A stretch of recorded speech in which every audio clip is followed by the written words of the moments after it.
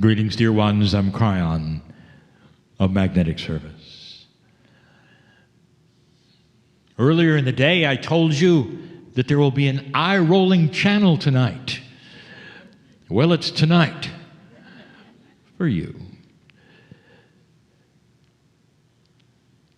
The terminology of eye-rolling means things that seem odd, strange, and perhaps only a few might believe in.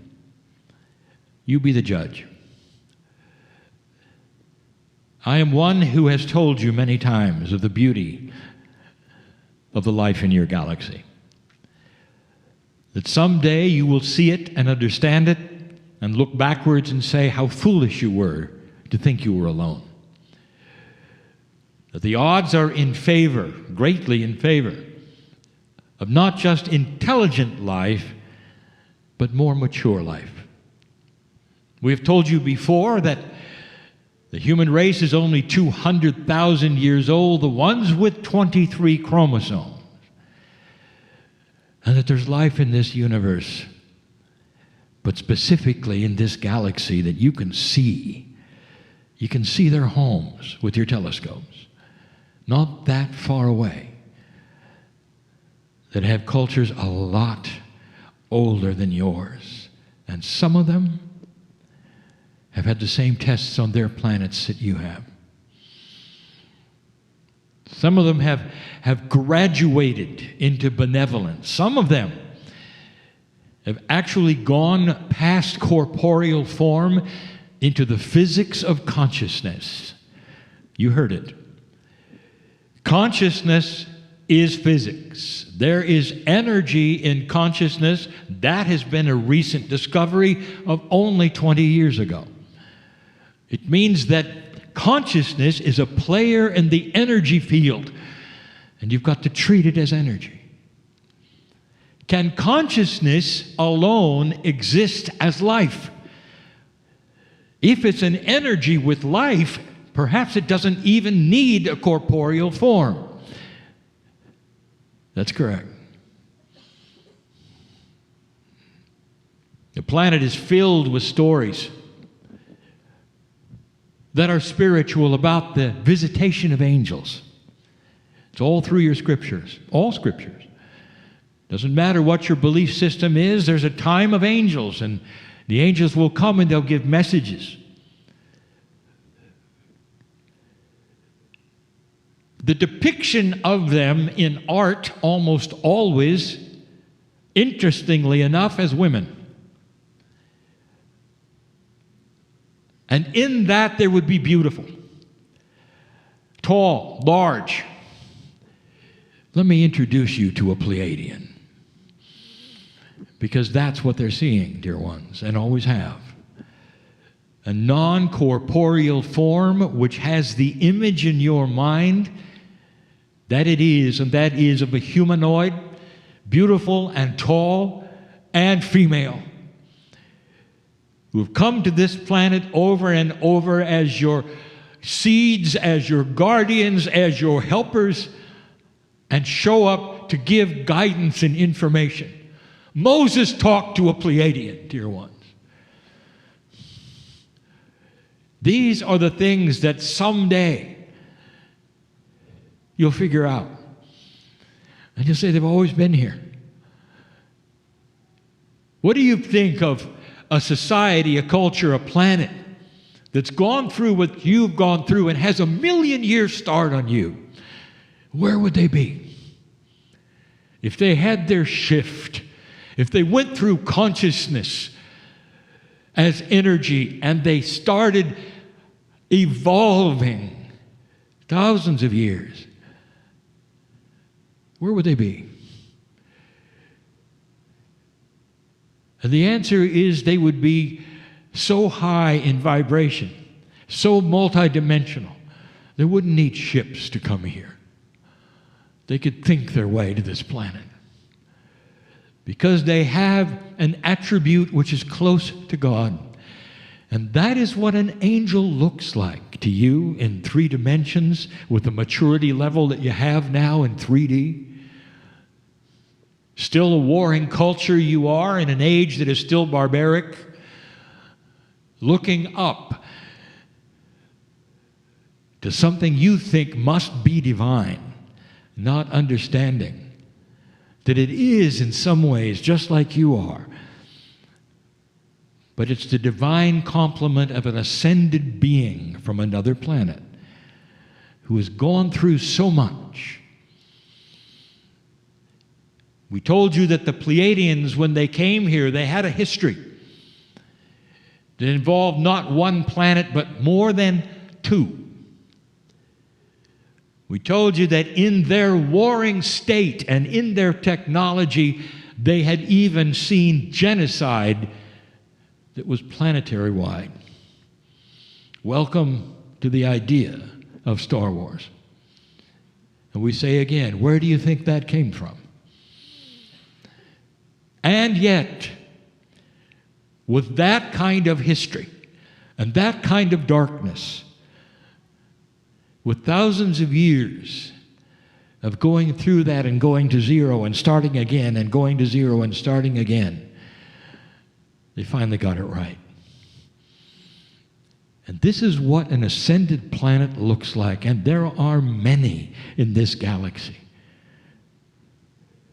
who will look at you and who've helped you from many places. There are those who have seeded them. They're your grandparents, your seed grandparents. You have Octorians. You want to know who they are and why they're here. It's all part of a grander system of benevolence and love. Meanwhile, here you are. An eye-rolling proposition, perhaps, but those with an open mind, even those who are perhaps invested in a spiritual system, can see the sense of that. And perhaps it would not interfere even with the traditions and the rules when you start to understand the reality of what might have taken place.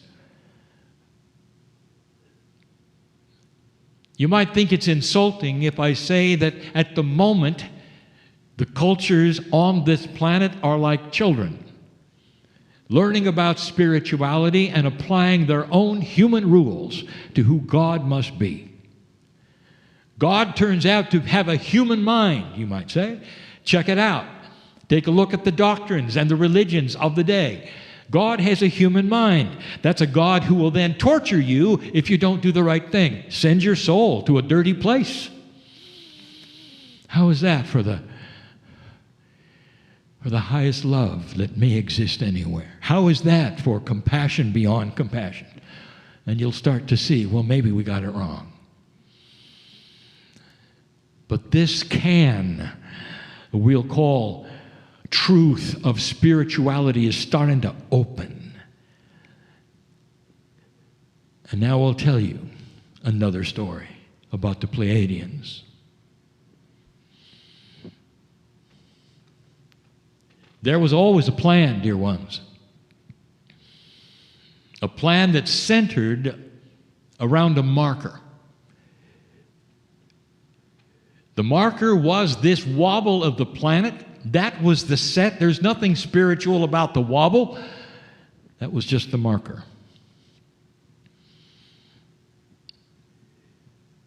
"26,000 years was the last marker. Things happened at other markers. You didn't make it. We've told you this before. There have been other civilizations on this planet who had the same test you had and didn't make it on your planet. That's why your sociologists look at you and say you're only 6,000 years old as a civilization, not understanding. There were many before you, up to 4 others. But the current marker, this one, 2012. And this is the intuition that the indigenous throughout this planet felt at the intuitive level. Even those without telescopes, those who didn't understand planetary motion, knew about the wobble. They could see it in the stars. They had plenty of time to look. That's what they did at night, dear ones, before electricity. They looked at the stars. They started measuring where they were in very clever ways and noticed that over a long period of time they move. And that's when they realized that this planet had to be wobbling at some way or shifting in some way, and they computed where the center of that wobble had to be in time. 2012 was the time. The Mayan calendar, 5,125-year-old calendar, ended at the wobble center. What a coincidence, you might say. They knew, and so did others. Many, all around this earth, way before you arrived as a modern civilization, were looking at the marker.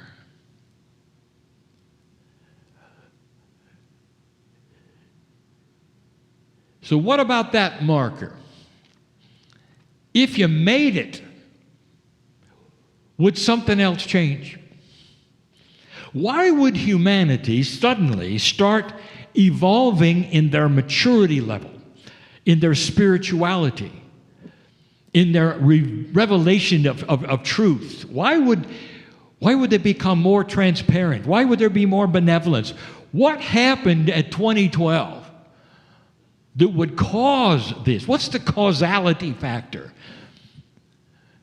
And that is the question that so many would ask of this very esoteric information that said the shift has happened.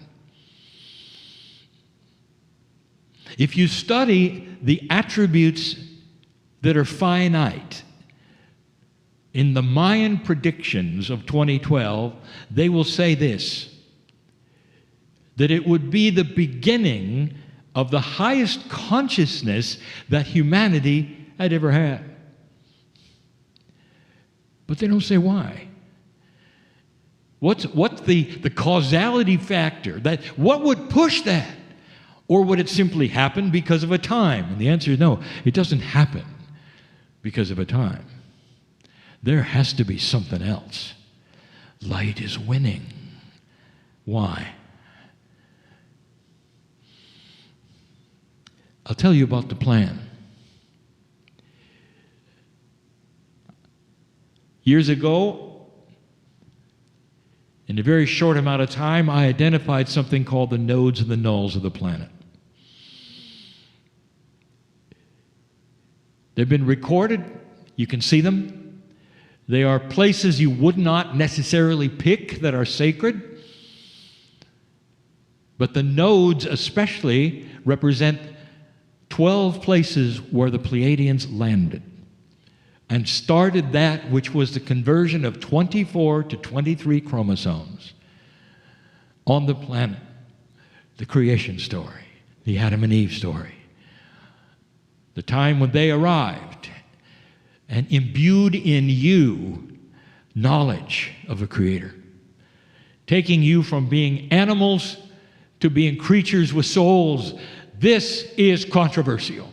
But who could do that? And the answer is an angelic presence, a beautiful angelic presence. And there were many of them. And they were all women, dear ones, because they had to give birth. And slowly, very slowly, the beginning of a divinity-based human being with souls started on this planet. That is the Adam and Eve story. It's beautiful. Garden of Eden is the planet. As my partner has said many times, Adam, every man, Eve, every woman. The knowledge of what you would call good and evil, which is not that, it's simply dark and light, and the freedom to choose it was given to you. Free choice.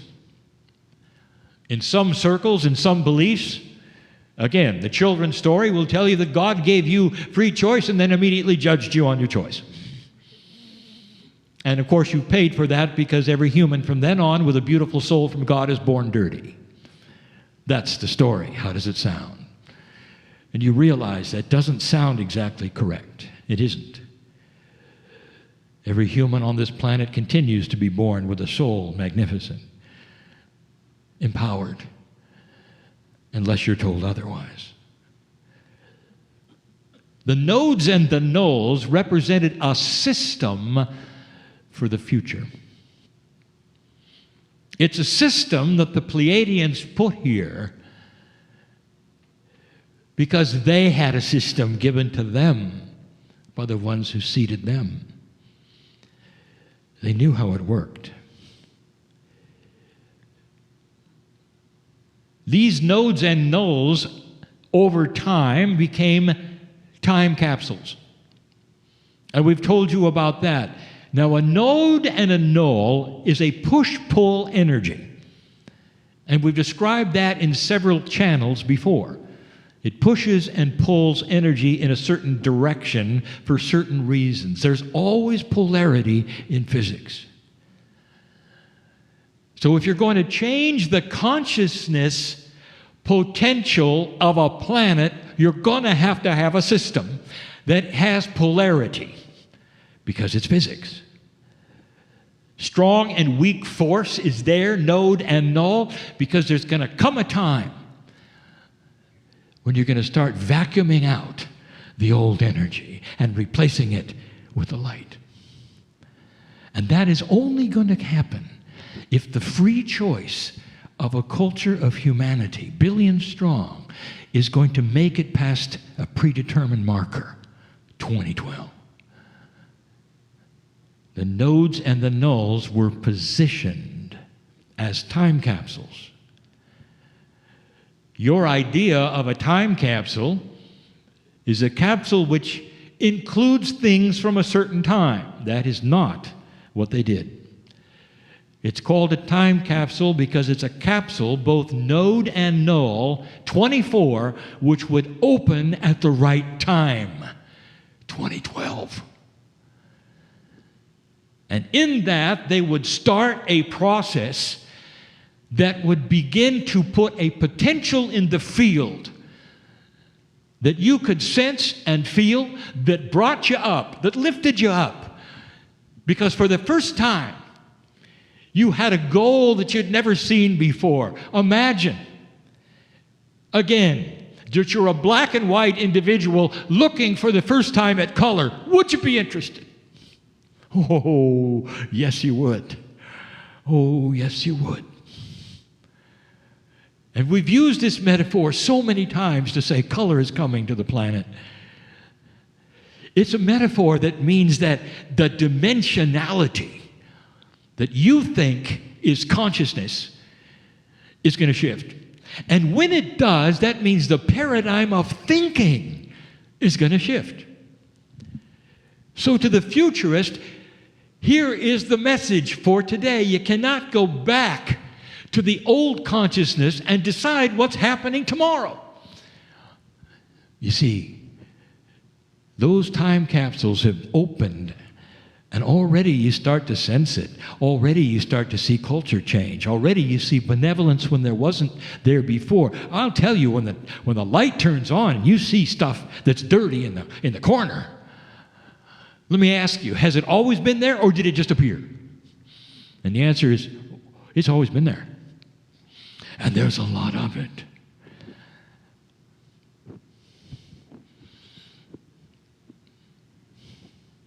Let's get specific with something, and I want to show and tell. And I hope that you'll take this correctly. I'm not giving predictions, dear ones. I'm giving examples. If you have a greater complexity of maturity, you're not going to have the kinds of knee-jerk reactions that you did in the past to things which you fear. Shall we say that again?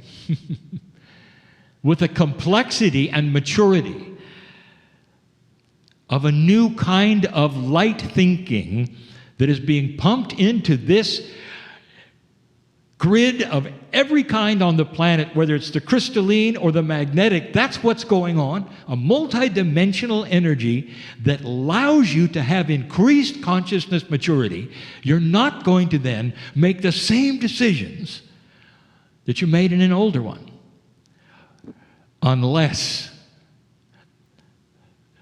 that's what you're going to do because of fear. So let's talk about some things like that. Let's get more specific, because the real purpose of this channel, I can state in just a few sentences. Dear ones on this planet at this time, get ready for change. Some of it may be frightening to you.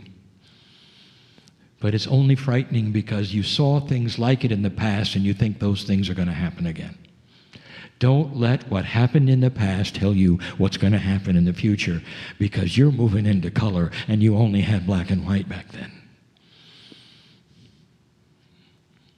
One of the things that everyone in this country would be afraid of, which many say is happening, would be trouble with the financial system. It's in the field and you can feel it. There are even books now being written. The competition of the books is who has the worst scenario. Go buy the worst one. That's the one that's going to make you feel good. That in itself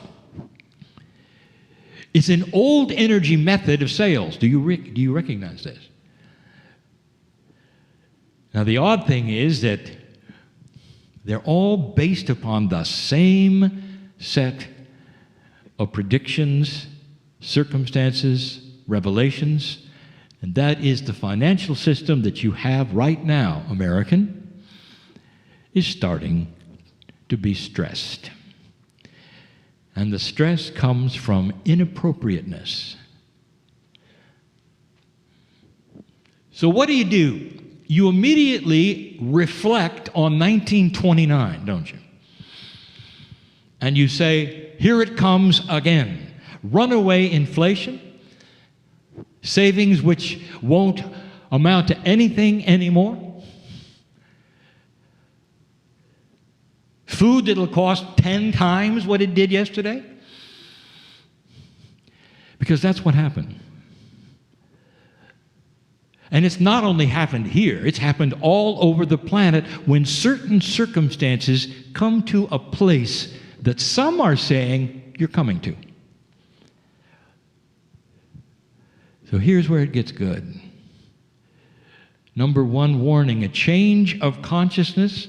You have the choice. Go into fear, compare it what happened again, and get ready. There is something in the field, a confluence, if you want to call it, of coherence. If enough people think a certain way, that's what you're going to get. So if there are enough people in fear, that's what you're going to get, what you fear. But if there are some, and it doesn't take many to show a light in the darkness, if there are some who say, well, that's not going to happen this time. And there will be others that say, well, why not? You're crazy.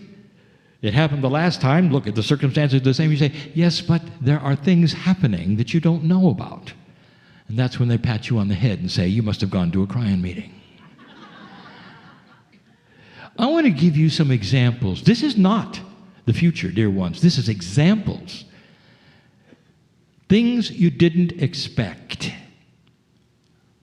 How do you like your politics? Did you expect it? Either side, dear ones. I'm not talking about that party you belong to. I'm talking about what's happening right now in your government. Do you see things not working well? That may break as well. We've given you information that it doesn't have to fail, because new ideas may come forward, a different way of electing a president. Instead of winner take all, you elect a compromiser. You elect somebody who's wise, who doesn't belong to either party. You elect perhaps a centrist who has to prove they're a centrist and see good things on both sides in order to solve the issue, instead of a winner take all for 4 years or 8 years. Do you see?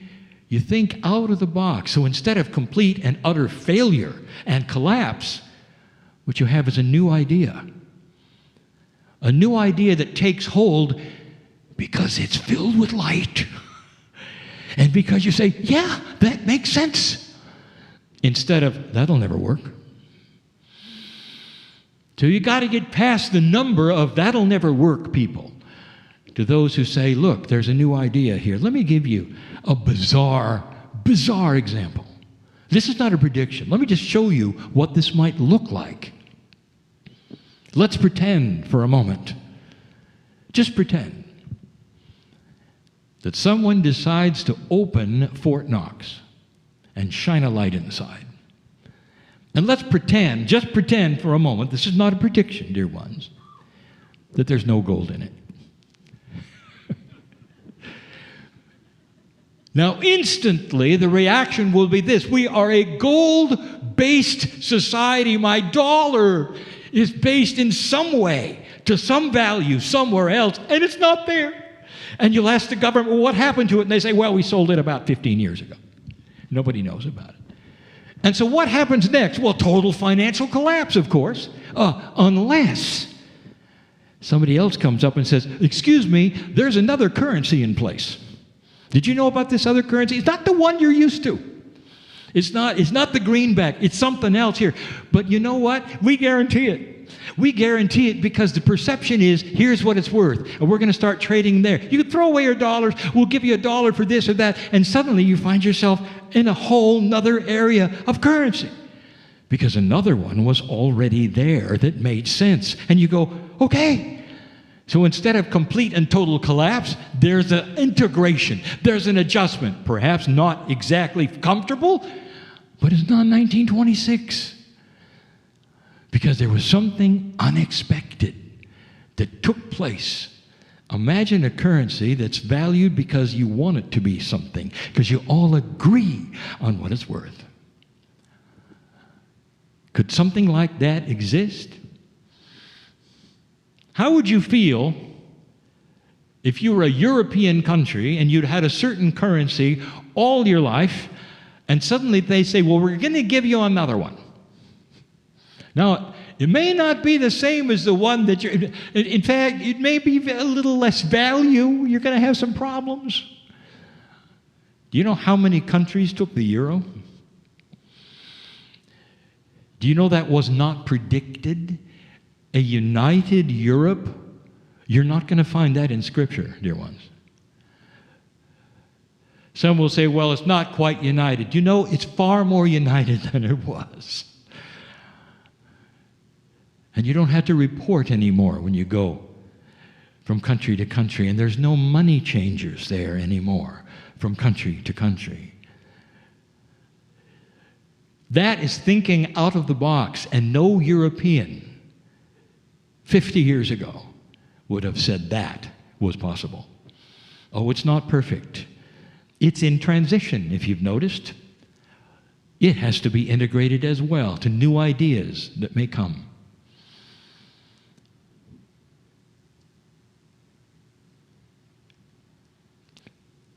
Most of the problems you're going to find in the financial difficulties have to do with banks. The one in 2008, bank-related. The one that some see coming, bank-related. This is not a prediction. It's another thinking out of the box.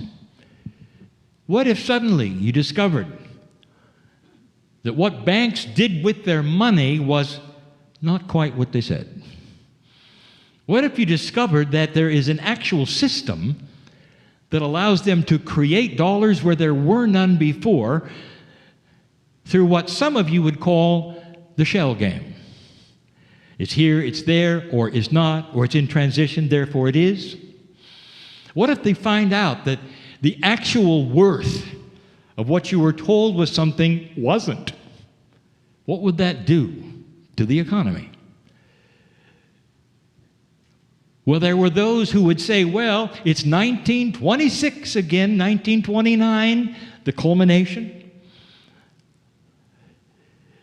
And you're going into the same kind of difficulty. So let's paint another picture. What if somebody said, well, yes, but I have an idea, I have an answer. What if the banks right now, instead of failing, had to do something, and they will, that's bizarre? and benevolent. Because they're going to admit, yes, they've done this, but now they're going to take all that money that still exists, and they're going to do something with it. Everybody who has an account will now have health care benefits. And you'll say, wait a minute, governments do that, banks don't. Really? I want you to think about this for a moment. That is a paradigm shifter, is it not? And that is something that may say, well, wait a minute, we might not be going into a recession like in 29. Because look, there's some new ideas here, and the banks themselves are going to make it right in some way. It may be difficult, but it's not going to be what you expect. You see, there's an integration of a new concept, new ideas, things that nobody has thought of yet, including the government. Do I have to give more examples for you to see where I'm going? There are things you don't expect with ideas that don't exist, that may come along at the right time and the right place, so the integration of the change that you are going through, American, will not be that difficult. And the biggest thing right now that will make the difference is how much do you fear it? How many of you are invested in 1929? How many of you believe that the Keynesian idea of the economy is the only idea? That capitalism only works one way, and when it breaks, it breaks? Or are there interim steps that you didn't know, that are new, that may become elegant capitalism? More of a win-win situation that's ever been here before, that starts very slowly to eliminate that vast void between wealthy and poor. That exists because all it needs is tweaking. It needs tweaking with permission from those in charge who have to answer to you who are seeing light. Do you see how this is working? We've told you before, there'll come a day when politicians will be elected with how sweet and benevolent they really are, instead of how much attack they can have on the opponent.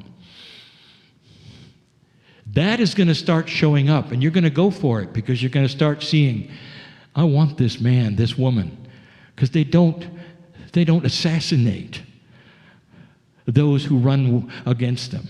In fact, they congratulate them. They're both running with differences, but they're both patriots. What a concept. And they both stand on a pulpit and perhaps in a debate. And the first thing they will say is, I want to celebrate my opponent because here's the things they've done for this planet and for this country. And they will list them. And then I've got other ideas. I think my ideas are better. But it doesn't start with, guess who they slept with yesterday?